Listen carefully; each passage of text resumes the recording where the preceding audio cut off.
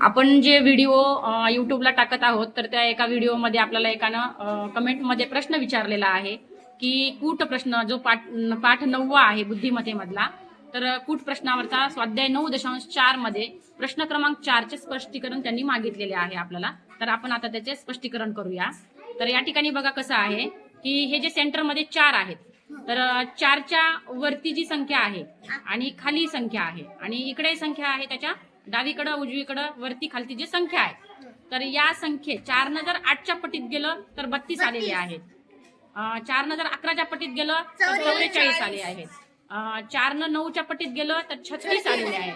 आता राहिले 13, तर 4 13च्या पटीत जर गेलं तर 52 येतात या ठिकाणी. तर 52 हे या ठिकाणचं उत्तर आहे. 4 त्या पटीमध्ये गेल्यानंतर या कोपऱ्याच्या संख्या आलेल्या आहेत. 4 8च्या पटीत गेलं 32, 4 9च्या पटीत गेलं 36, 4 11च्या पटीत गेलं 44 आणि 4 13च्या पटीत गेल्यानंतर 52 येतात. म्हणून 52 हे उत्तर या ठिकाणी येतं.